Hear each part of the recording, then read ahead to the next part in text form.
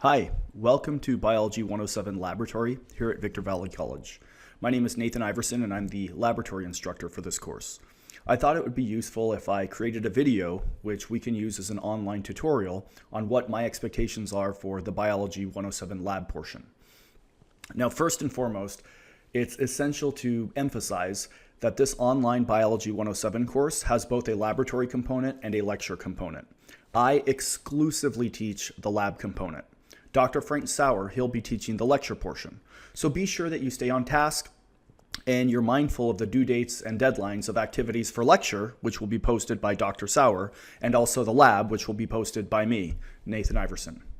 Now, to access the class, what you're going to want to do is go to the Victor Valley website, and then right here where it says Quick Links, you can go down to Canvas. Select Canvas and then log in with your credentials.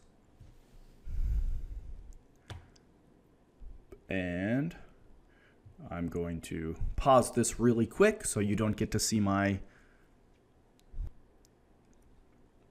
Okay, so once you've logged in, you're going to select Canvas, and then this is going to take you to your Canvas LMS, which is your learning management system. This will have any of the courses that you're enrolled in, and because I'm teaching Biology 221 and I'm teaching the lab portion, these are the courses that show up on my Canvas homepage.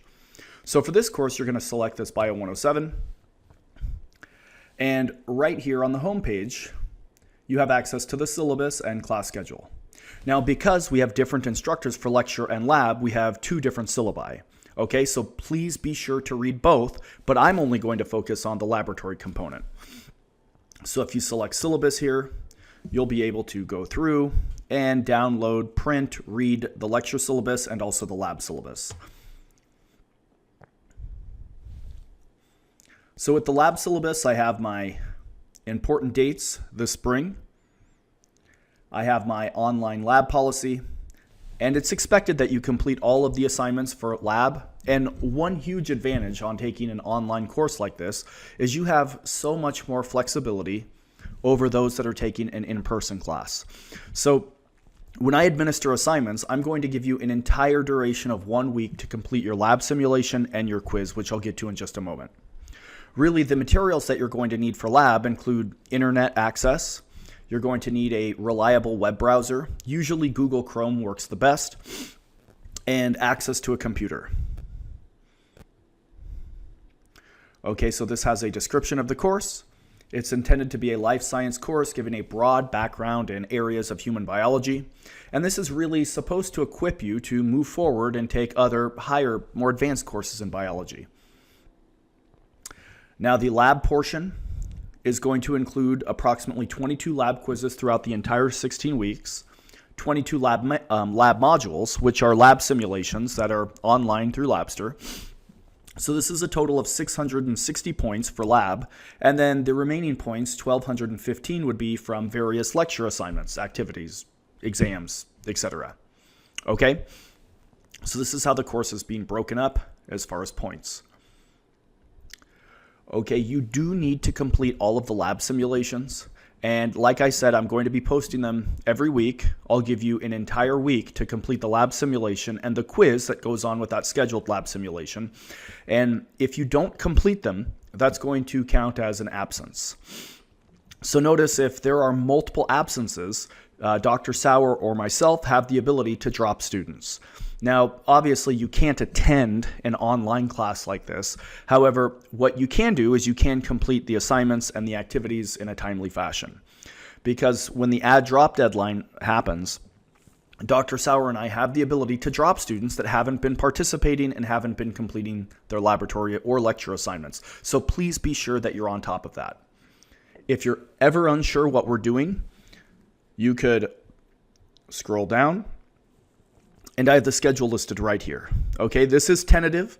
It's possible that this can change a little bit. However, I do not anticipate that our lab schedule will change. So for every lab that we have this week, week 1, experimental design on the scientific method.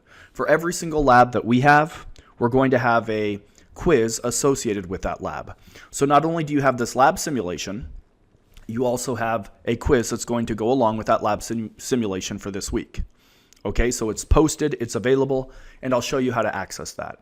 So please be sure to read the syllabus in its entirety, as the syllabus is a binding contract between the instructor and the student. Now, you can also go to class schedules, and that'll cut the remaining portion of the syllabus out, and that will have exactly what's on the slate for our scheduled week. So here we have our lab schedule, and again, this is showing what we should be completing this week. Okay, now how to access those? There's a couple of ways you can access them. One way that you can access them is simply by going to announcements and looking for your lab announcement for that week. I've included my lab announcement, and on my lab announcement, I have everything that we're scheduled to complete. So if you're ever unsure, you can always go to the syllabus and see what we're scheduled to complete, or you can just take a look at the lab announcement for that week and then just go through, read the announcement, and then check out what you should be completing for that week.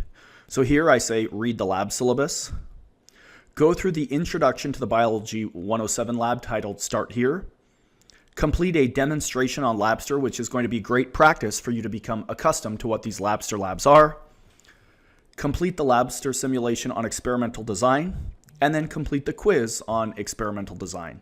So I have links right here. You can click on every single one of these to access them. Okay, so this is a very easy way. You can just go through, and if you check off these bullet points, you'll have completed everything you need to complete for lab that given week. Again, you still need to check with your lecture instructor on what's going to be required of you for lecture. Okay, so this is one way you can access the materials and see what you're scheduled to complete every week. You can also go over to modules. And there's a lot of information here on modules. I have a Start Here section for lab. I have my lab syllabus listed in modules. Here is some of the lecture content provided by Dr. Sauer. And then here are our lab simulations. Okay, if you ever have questions on Labster, you can contact technical support, and they have technicians that can help you, assist you if sometimes you get stuck on a particular online lab simulation. Well, that's not uncommon. So there are technicians that are there, they can help you, and there's a link to contact a technician right here. Okay, here is a document of our Labster demonstration, and then here is an actual demonstration that you can complete that's going to give you some great practice. Once you've completed that demonstration, complete the Labster Experimental Design Lab. You can select it and scroll to the bottom. And after you scroll to the bottom,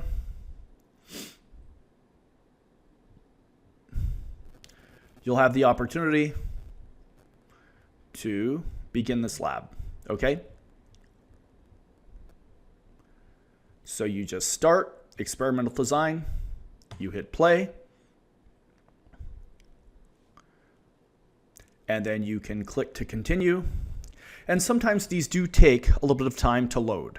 So you're going to go through, it gives you very clear instructions on how to go through these labs, and you can see that it's still loading. Sometimes these take several minutes to load. Sometimes they load all the way up to 99%, and then they may take 6 or 7 minutes to complete that final loading.